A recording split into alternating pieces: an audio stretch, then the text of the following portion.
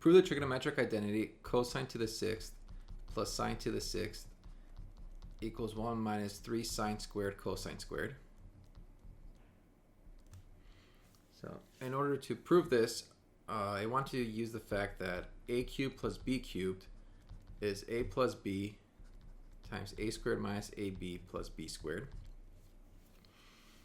So let's say if we use, if we have c to the sixth plus d to the sixth, that's just going to be c squared plus d squared times c to the fourth minus c squared d squared plus d to the fourth. And so here c will let be cosine, d is sine. So when we plug it back in, we have cosine to the sixth plus sine to the sixth equals cosine squared plus sine squared, multiplied by cosine to the fourth minus cosine squared sine squared plus sine to the fourth.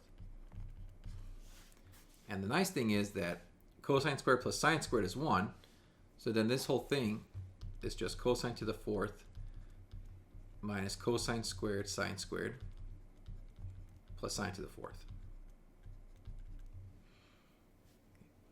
Now, I want to have 1 and then a negative 3 sine squared cosine squared.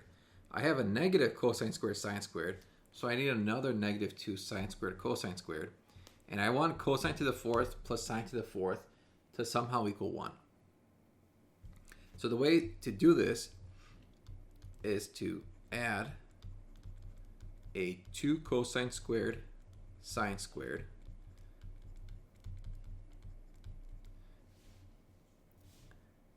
and when I do that, I need to subtract.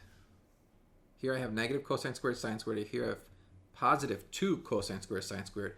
So I need to subtract by 3 cosine squared sine squared to make these two equations equal. And now this will just factor into cosine squared plus sine squared